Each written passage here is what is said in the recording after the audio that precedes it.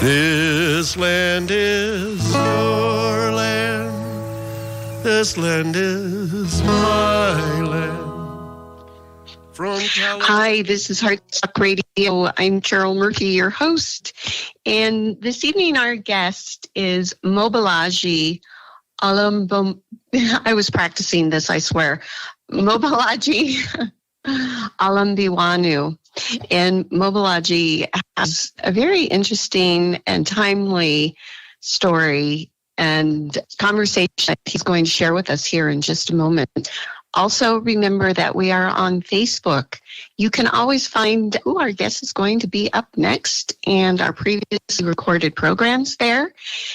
Also, you can email us at heartstockradio@gmail.com. Just a moment, Mobolaji will be with us. He is co-founder and co-creator at Dreamseeker Films and the Hope, Love, Beauty Project. In just a moment, we will be back with Mobolaji.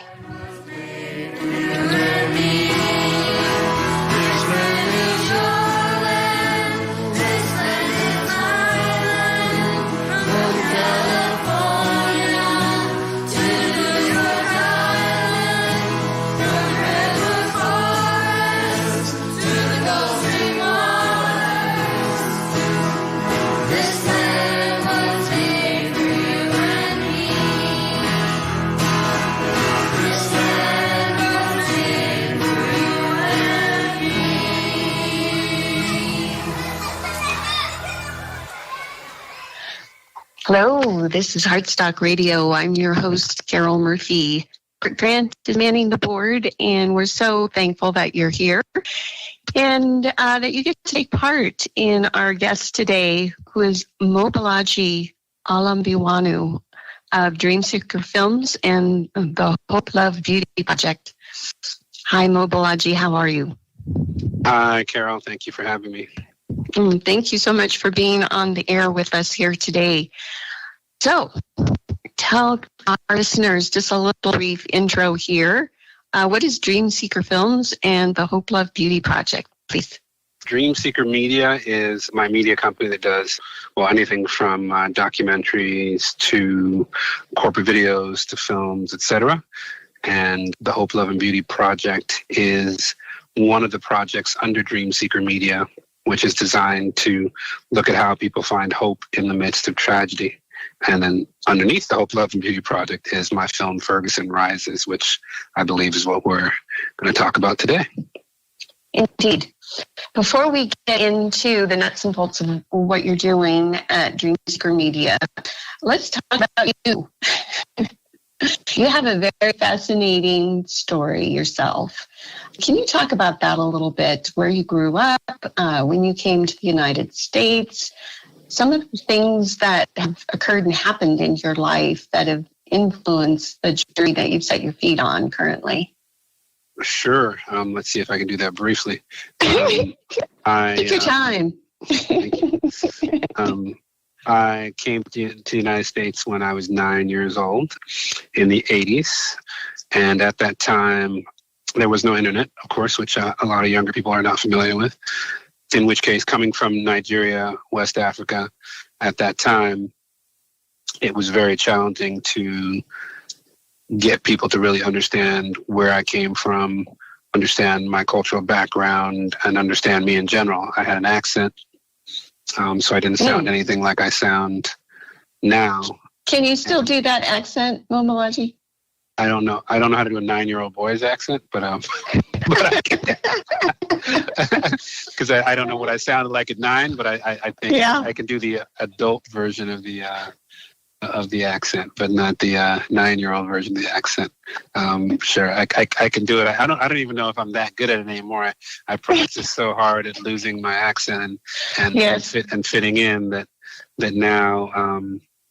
As an adult, when it seems like it's more glamorous not to fit in, it's a bit harder now to revert back to my old ways, for sure. But I'll try to do the whole interview in that accent. I'll make it difficult on your audience. And that's generally what happened when I came was I would say things and people didn't understand what I was saying. So I had to spend a lot of time watching the Brady Bunch and watching reruns of the Brady Bunch and Leave It to Beaver and cycling through 50s and 60s slang only to realize we were in the 80s and it was completely irrelevant. So most people were like, what is he saying? Who is this person? What are you talking about? And then I would go back and learn something from another TV show. They're like, that show's from the 50s. Why are you speaking like Leave It to Beaver? And and I'm like, oh no. And they're like, yeah, watch color television, not black and white. And I was like, oh, okay. And then I watched the Brady Bunch. And they're like, okay, not that color television, this color television. I was like, that's color television from the 60s. You got to watch color television from the 80s, not the 70s or the 60s. So they had to delineate it. They're like, okay, watch these shows. It's like, okay, I'll watch those shows and I'll be back tomorrow and I'll bring my new learned accent. And so it took about, I don't remember how long it took to lose that accent, but to finally sort of understand all the American slang, I think it probably took me like 10 years. So it takes a lot longer to understand all the nuances, I think, of American slang. And I think I understand them now. I hope so. So, that in general is my story. And I think the biggest impact on me in coming to America was moving from a country with a totally black African population, or predominantly black African population. There are Lebanese and Europeans in Nigeria as well, and some, Chinese and Indians and whatnot, but very small numbers. And so coming to a country where I'm not the majority and coming to a country where there's stereotypes based on slavery and based on the legacy of racism, a whole different legacy of racism, was a very interesting experience because, I came to America and people assumed I knew how to play basketball, which I'd never even known anything about, because I played soccer in Nigeria. They assumed I didn't know how to swim because somehow they assumed that black people don't know how to swim. So there were all these sort of racial assumptions that I got to step right into and experience, not as my natural environment, but as an outsider. And I think that gave me a unique perspective on race relations in America, something that I think a lot of black people and a lot of white folks in America don't particularly have, because if you grew up here and you spent all your life here, you don't really get that fish out of water experience that allows you to be able to see some of the humor and some of the ridiculousness in some of the assumptions that we make about each other. And so I think that's where I began to criticize and sort of critique the culture and the experiences and the stereotypes that I saw that were being imposed upon me and other people. And then at 19, I was arrested and framed by the police, which was my initiation into, I call it my initiation into African Americanness. So as a foreigner and as someone who came from Nigeria, I really bought into the American ethos, the idea that hard work and doing the right thing was always going to lead to the appropriate results. And then this arrest and frame really sort of threw things off because in my mind, when I was arrested and framed, I'm thinking, well, one, I didn't do anything wrong. So let me just be clear that I was arrested and framed for something that I did, a crime that I did not commit. And in my mind, that was impossible because America is about fairness and equality for everyone. And that moment with being arrested and framed really sort of broke that mirror for me, where I then was not able to see myself in quite the same way. I had always considered myself to be African, and not realizing that, of course, when you lose your accent, one, people are going to assume you're African American, and two, even without an accent, just walking on the street, what some people see is a black person only, and not even really a black person, but they see their fears. And their sort of inner demons. And I guess that's what I came to represent in this community for certain people as I was walking around doing door-to-door sales for, I guess we'll call it like an encyclopedia. It was like a textbook company, Southwestern, out of Nashville, Tennessee. And so many of my African-American friends were always laugh about it. And they said, well, we would have told you should, as a black person, you should never do door-to-door sales because that's not going to end well for you. But since you're African, you didn't know that. But, so in that process, I experienced what it means to be African American. I experienced going someplace as a Black person where no one knew me, and my education, being at UCLA, I was not insulated by being, at UCLA, or insulated by coming from an upper middle class family of medical professionals. I was not insulated by any of those factors, and so I was just, a Black person, an unknown entity on the streets of southern Jersey. And so it's that experience that really woke me up to what my African American friends were saying, and sort of has led to my ability to be able to also empathize with many white Americans as well, because a lot of those assumptions that I had about fairness and equality and how things worked are the assumptions that many, I think, white Americans hold till this day, because they don't have something that's able to shadow those assumptions based on their racial makeup. And so for me, I guess in a way I act as a bridge, because I was someone who thought that way, who now thinks differently based on my experience, but only really based solely on my experience. And so I can understand how people who don't have that experience may not see that as viable. I usually say the African American experience is like science fiction. You wouldn't believe it unless you experienced it. And I think that's very much the case for me. It was very much like science fiction, the idea that anybody would go out of their way to harm me or to do something to someone that they don't know for absolutely no reason other than the color of their skin, was unfathomable to me before this happened. And then when it happened, I realized, wow, this is the story of America as it relates to African American people. And it was deeply saddening, but also awakening. And I began to study and read and learn African American history and learn all the contributions that Africans and African Americans had made to the world, and realized that our educational system is really lacking when it comes to those things. And then that sort of led me to wanting to make films that actually contributed to that understanding, to accentuating the merits of shedding our prejudices, and really moving towards greater understanding. And I think the best way to achieve that is to begin to understand the history of African people around the world and in this country. And I think once we understand that, we'll realize it'll shatter all the presuppositions that we have and enable us to really move forward as a culture and a people. And Ferguson Rises, I think, is the first step in that process. It's the documentary about Ferguson, and I'll certainly let you jump in if you want to ask me a question, or I can continue explaining what Ferguson Rises is. It's up to you. Yeah. Before we do that, I'm hoping that we can talk just a little bit more about what you just said, and that is the assumptions. I know that there was an interview that I was listening to that you kind of touched upon the fact that we only can relate to issues based on our own experiences sometimes. And some of the Caucasian or white folks that you talked to said things like, well, the police are really nice to us, so we don't see that there's a problem. Yeah. And can you talk about that just a little bit more from your perspective as a filmmaker and someone, like you said, with a very unique perspective? How is it that both African Americans and European Americans can really stretch across that divide? I mean, I think it's empathy.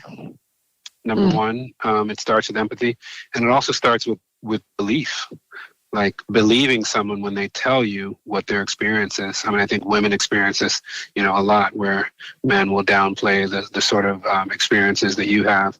And I think so anybody who's experienced being downplayed and not listened to really understands what it feels like to not be listened to. And their circumstances, whether you've experienced that within your household, within your family, it may have nothing to do with gender or race in that experience, but you can sort of extrapolate that now and imagine what it's like now, not only for people in your family not to listen to you, but for the whole world not to listen to you, or to listen to you in a way that's destructive to your well-being, to listen to you.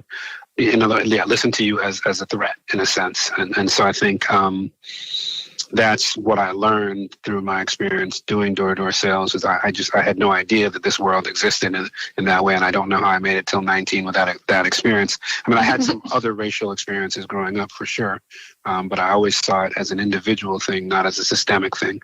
And I think most of America has looked at racism as an individual thing. These guys who, are in the KKK or who try to kill people or who kill people successfully or who do something overt, but this country hasn't really looked at it as a systemic issue enough to really combat the issues that we're dealing with. But I think before we even look at it as a systemic issue, I think we have to understand and empathize and trust that when people share their experiences, they're sharing their truth, and that their truth is the truth because it's their experience, and there's no way that we can refute it. And I think quite often the African American experience is refuted.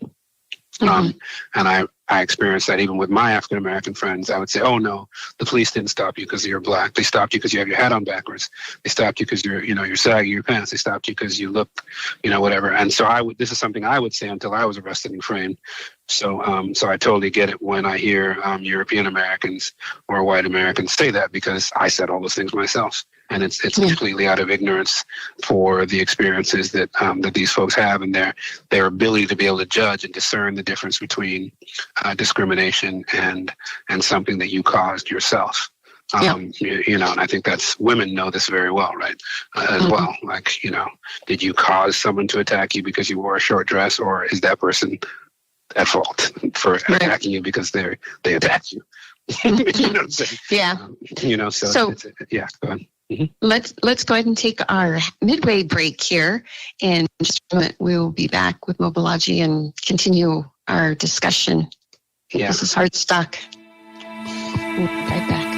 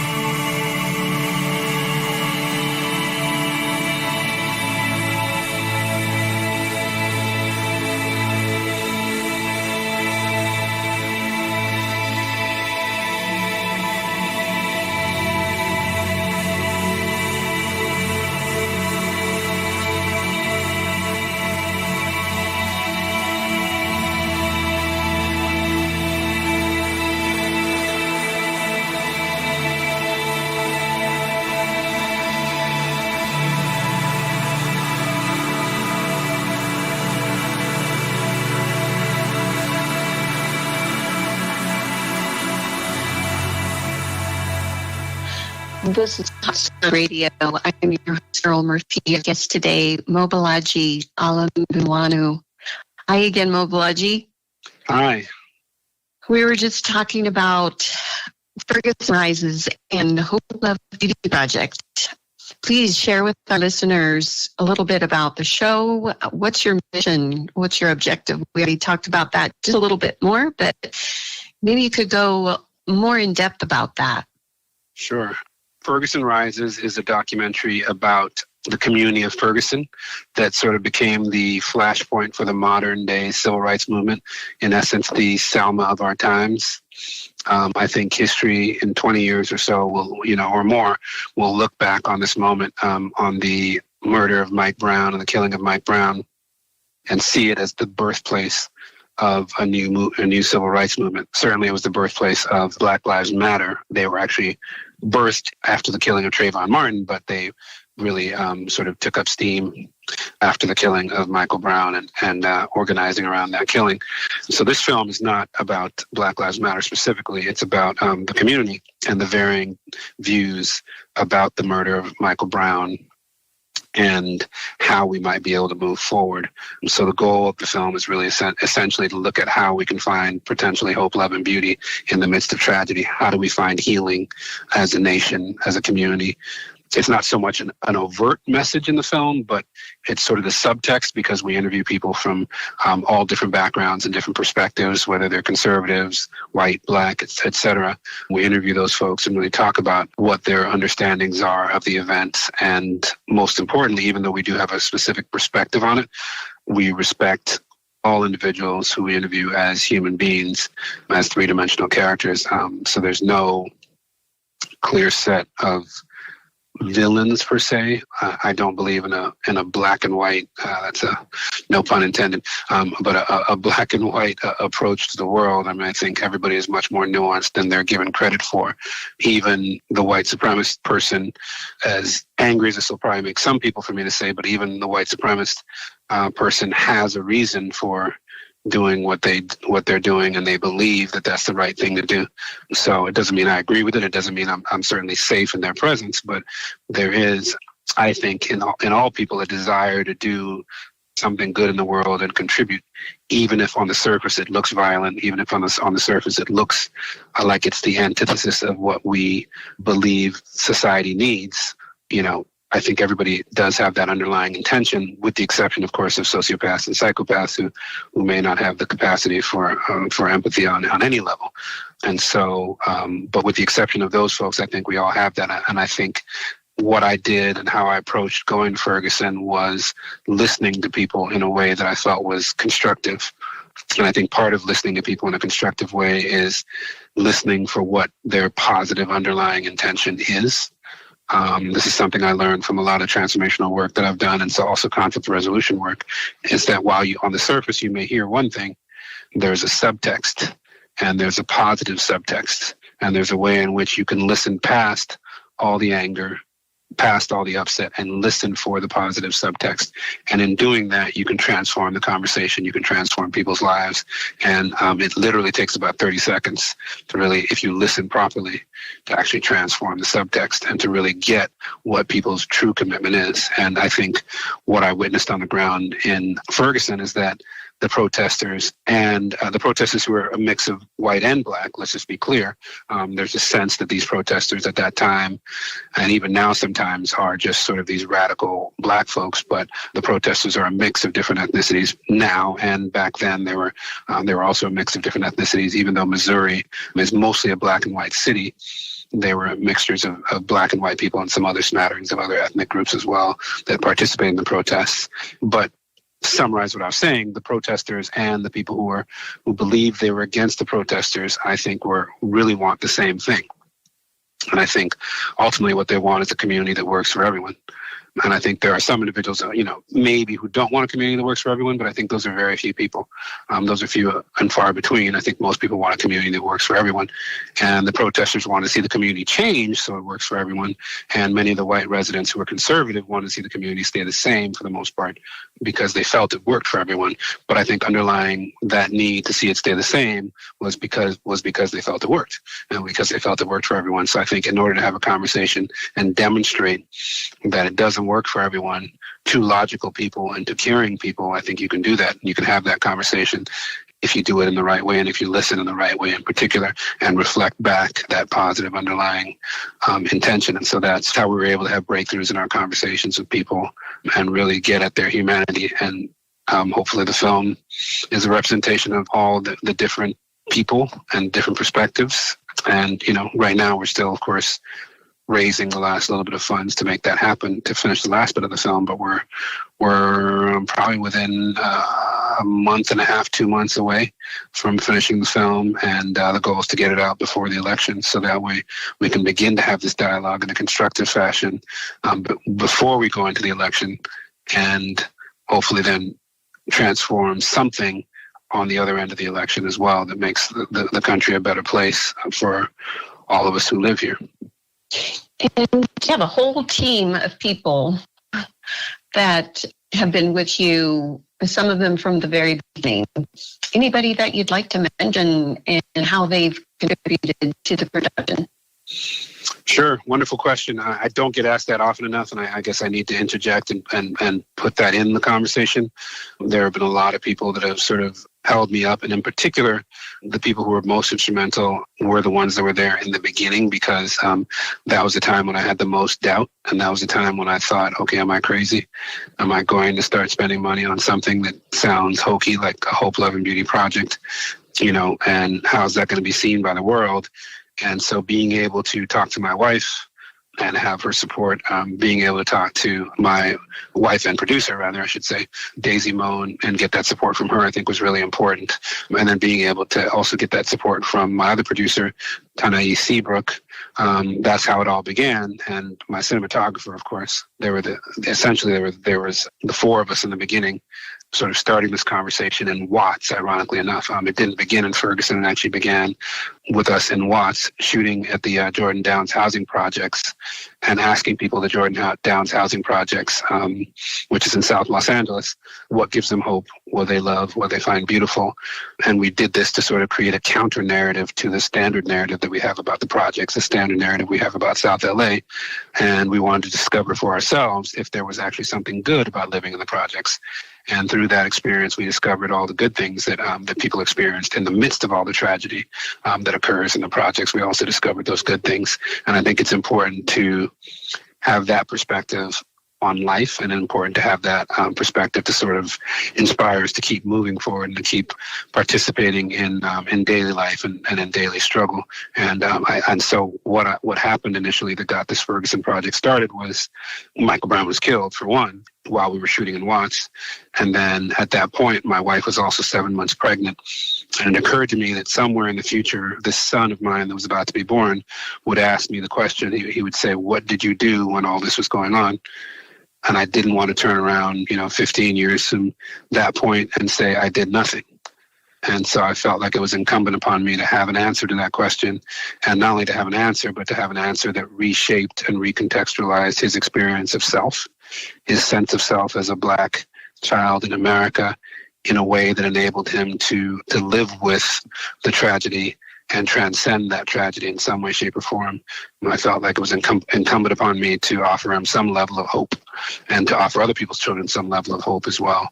Mm-hmm. Not in a saccharine sort of way, but in a hope that was sort of embedded in struggle and embedded in this idea that the journey begins within yourself, and you have to choose to liberate yourself and liberate your mind first, and liberate yourself from how society may see you, those shackles that hold you down.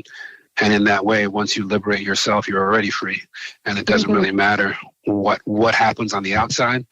Unfortunately, we can't control which laws are passed and how we can change things. We can certainly push and agitate. But, as we know from politics, sometimes things swing forward, sometimes they swing backwards. They keep going in different directions. Mm-hmm. Exactly. And so that's the part that we're focused on. Yeah. Mm-hmm. How might, as we're going to have to close here, how might listeners find you and your project? We're on GoFundMe, certainly. We have a GoFundMe project, which has our trailer and more information about the project. It's called Ferguson Rises on GoFundMe. I believe if you search on GoFundMe, you'll see Ferguson Rises project pop up.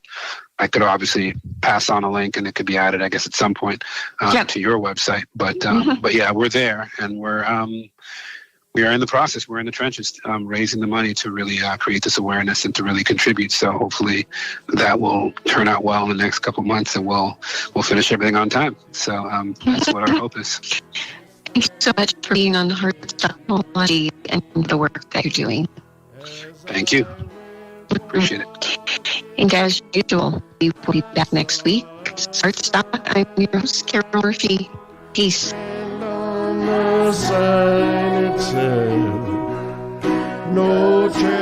Heartstock Radio is a production of KBMF 102.5 Butte America Radio. Hear our live programs every Friday at 5 p.m. Mountain Standard Time via livestream at butteamericaradio.org.